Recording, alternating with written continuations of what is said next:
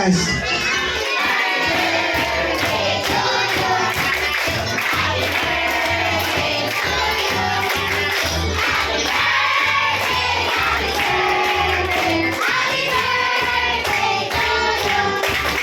Say happy birthday, Zeo! Ayan, a silent wish po. And blow the candle.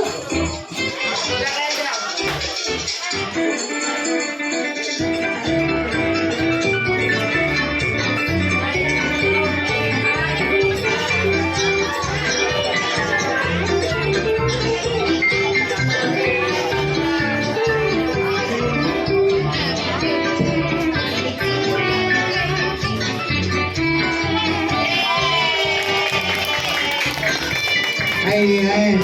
So,